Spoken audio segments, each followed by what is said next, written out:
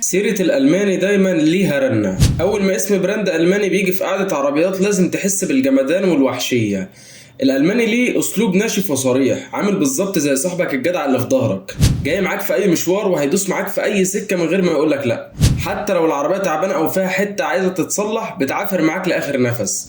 الألماني مش مجرد صاج وموتور، ده هندسة معمولة بالمسطرة، لدرجة إن كل حاجة فيها بكل تفاصيلها معمول حسابها، حتى عشان الأخطاء والحوادث الغير متوقعة، ستر ربنا طبعا، بس العربية دي معمولة علشان تحميك. لكن إيه اللي يحصل لما الوحش الألماني الناشف ده يقرر يفك التكشيرة ويلبس بدلة شيك ويهتم بالمنظرة؟ النهاردة احنا هنتكلم عن وحش ألماني بس أصبح متصابي شوية، وهي الأوبل جراند لاند. قبل ما ندخل في تفاصيل الوحش المتصابي ده ونعرف عيوبه ومميزاته وهل يستاهل فلوسك في 2026 ولا لا، انزل تحت حالا، اعمل اللايك المتين واشترك في القناة لو انت جديد معانا، عشان اللي جاي كله زبدة ومفيش فيديو يفوتك. ويلا بينا نبدأ الفيديو.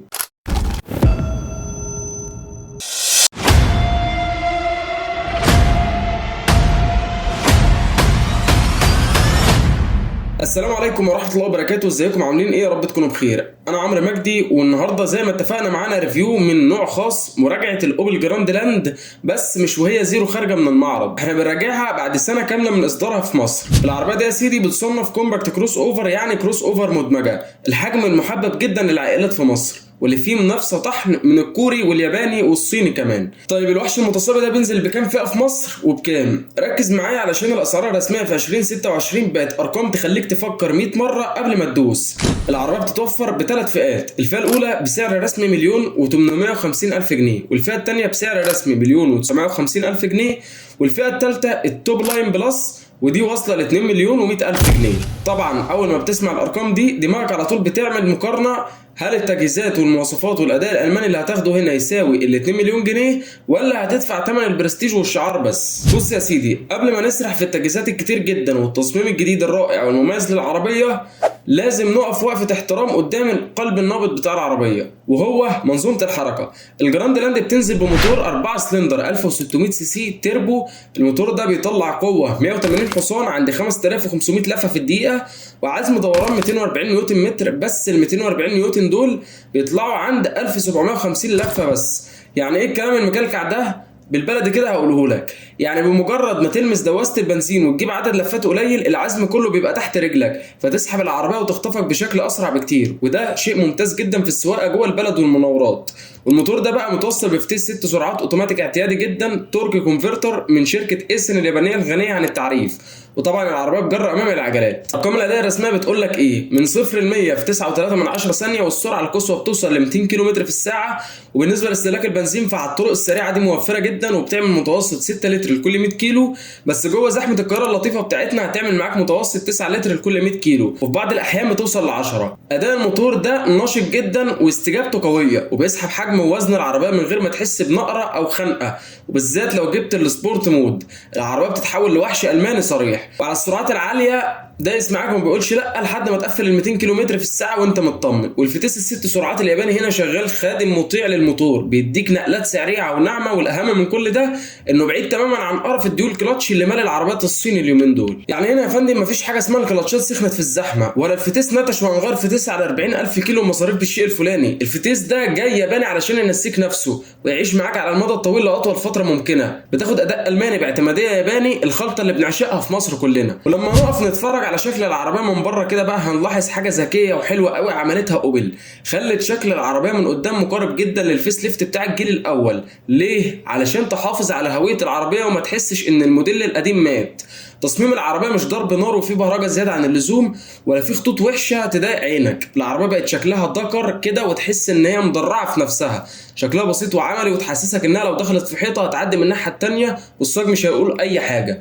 ده بالاضافه بقى ان عندك فوانيس جديده شكلها حلو قوي ومليانه حركات، ومرايات جانبيه كبيره كشف لك الطريق كشف، مع جنوط رياضيه مقاس 19 بوصه مديره العربيه وقفه هيبه على الارض. وظهر العربيه فده حكايه، شكله جامد جدا وبيديك ايحاء وبصمه ان العربيه دي متسايز كروس اوفر كبيره، مش مجرد عربيه مدمجه صغيره. بس للامانه عندي تعليق بسيط جدا على الظهر، الاشارات الخلفيه دي يا جماعه كان يبقى افضل بكتير لو كبروها عن الحجم ده. انا مش عارف ليه الالمان عاملينها صغيره ونقطه كده، بس يشفع لها انها محطوطه في مكان عالي وواضحه للي وراك برضه. وطبعا بره عندك كاميرات 360 درجه وحساسات خلفيه واماميه علشان تركن المدرعه دي وانت حاطط رجل على رجل. تعالوا بقى ندخل جوه الصالون. والتصميم الداخلي هنا متهندس صح، تحسه عباره عن اجزاء متجمعه وكل جزء معمول علشان يخدم على حاجه معينه لراحه السواق. الخامات ممتازه في كل حته، ميكس محترم بين الاليكانترا والجلد والسوفت تاتش في كل مكان، والبلاستيك الناشف قليل قوي ومش في اماكن ظاهره كمان. الابواب شكلها حلو وخاماتها متعوب عليها. بس خد بقى عندك بقى اصيع تفصيله في العربيه، فتحه التكييف اللي في الباب دي. اوبل صممت الفتحه دي بحيث لما تقفل الباب الهواء يطلع من التابلو يعدي جوه مجرى في الباب ويتوجه عليك بكل سهوله. تفصيله ميكانيكيه صايعه ومريحه جدا. اما الشاشات فعندك الشاشه الرئيسيه في مرمى بصرك بالملي متهندسه صح علشان عينك ما تتشتتش من على الطريق وانت سايق، ومعاها كمان هيد اب ديسبلاي بيعرض لك السرعه على الازاز. شاشه النظام المعلوماتي كمان كبيره وسريعه وتحتها ازرار الشورت كات، والتكييف معمول له ازرار وبكر منفصل بره الشاشه، مش محتاج تشتت نفسك جوه الشاشات التاتش زي الصيني علشان تعلي التكييف.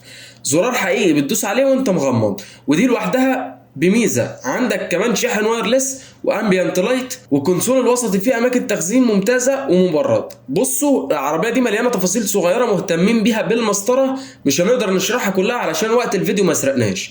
عايزكم تكتبوا لي تحت في التعليقات بجد ايه رايكم في صالون الاوبل ده مقارنه بصالون العربيات الصيني اللي كلها شاشات، ووروني ذوقكم. وننتقل دلوقتي للمساحات، ونيجي بقى للنقطه اللي بتهم كل عيله في مصر، مساحات الركوب والدلع جوه الجراند لاند. لو قعدت قدام فانت قاعد في مملكه. مساحات الركوب واسعه جدا، والكراسي هنا مش مجرد كراسي تقعد عليها، دي كراسي ضخمه كهرباء بالكامل وفيها كل وسائل الدلع اللي تتخيلها، تبريد وتسخين ومساج، وكمان ليج اكستنشن علشان تسند رجلك في السفر الطويل.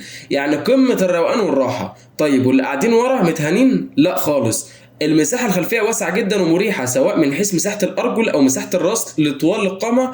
والكراسي الخلفية هنا فيها تدفئة وليهم فتحات تكييف خاصة بيهم علشان يفصلوا عن اللي قدام تماما. أما عن مساحات الرؤية فهو أنت سايق المساحات الزجاجية كبيرة، وسقف البانوراما والمرايات الضخمة الكبيرة محسسينك إنك كاشف الدنيا كلها حواليك ومفيش أي نقطة عامية تضايقك. ولكن للأمانة مساحة الرؤية في الزجاج الخلفي مش أحسن حاجة، ضيقة شوية. بس زي ما قلت لك من شوية أوبل حلت لك الأزمة دي بوجود الكاميرات ال 360 درجة والحساسات اللي بتخليك تركن من غير ما تبص وراك اصلا.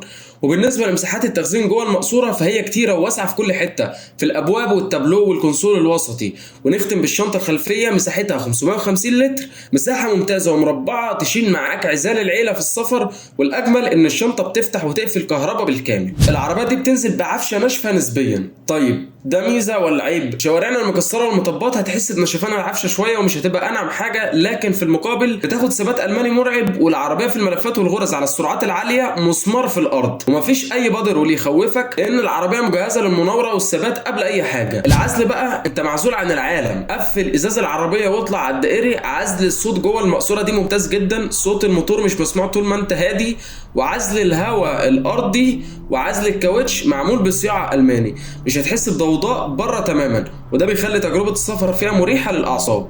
وصوت الهواء بيبدا يوضح فوق ال 120، والموتور هتسمعه لو قرصت عليه وانت على المود الرياضي. في الجراند لاند الجديده التكييف بقى تلاجة، منظومه التبريد هنا فرنسيه المانيه مشتركه.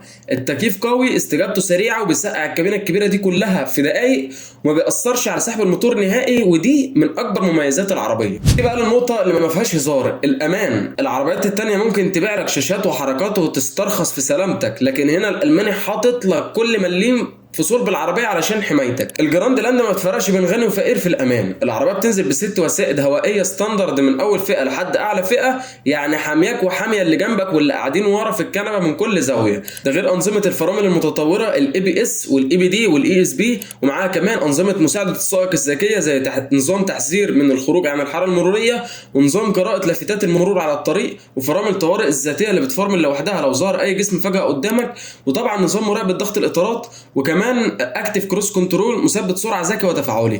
هنا انت راكب مدرعه حامياك انت وعيلتك بعد ستر ربنا طبعا. خلاصه الخلاصه في الاوبل جراند لاند بعد سنه في مصر، تشتريها ولا تكبر دماغك؟ العربيه دي معموله بالمسطره لصاحب المزاج في السواقه، شخص عايز ثبات الماني مرعب على السرعات العاليه، امان حقيقي ب6 ايرباج من اول فئه، وصالون شيك بخامات نظيفه وتكييف ثلاجه، والاهم من كل ده فتيس ياباني اعتمادي يقفل ملف قرف الكلاتشات في العربيات الصيني. طب ايه عيوبها عشان ما حدش يشتغلك؟ عفشتها ناشفه شويه وهتحسسك بتفاصيل الشوارع المكسره.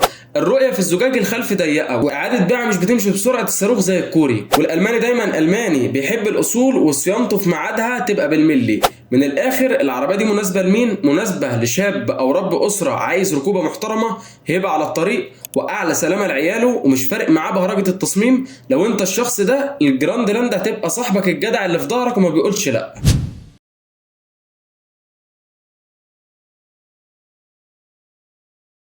وفي الختام انا عايز اسمع منكم انتوا في الكومنتات رايكم عن العربيه. وبصراحه انا شايف انها قدرت تطور من نفسها وتواكب التطور الصيني، بس في نفس الوقت حطت وصممت كل حاجه صح واعتماديه، وما تنزلتش عن انها تبقى عربيه الماني. اهم حاجه عندها العميل وسلامته. وفي الختام اتمنى يكون الفيديو عجبكم، ما تنسوش لايك وشير للفيديو وتشتركوا في القناه على يوتيوب. شكرا لكم على المتابعه ومع السلامه.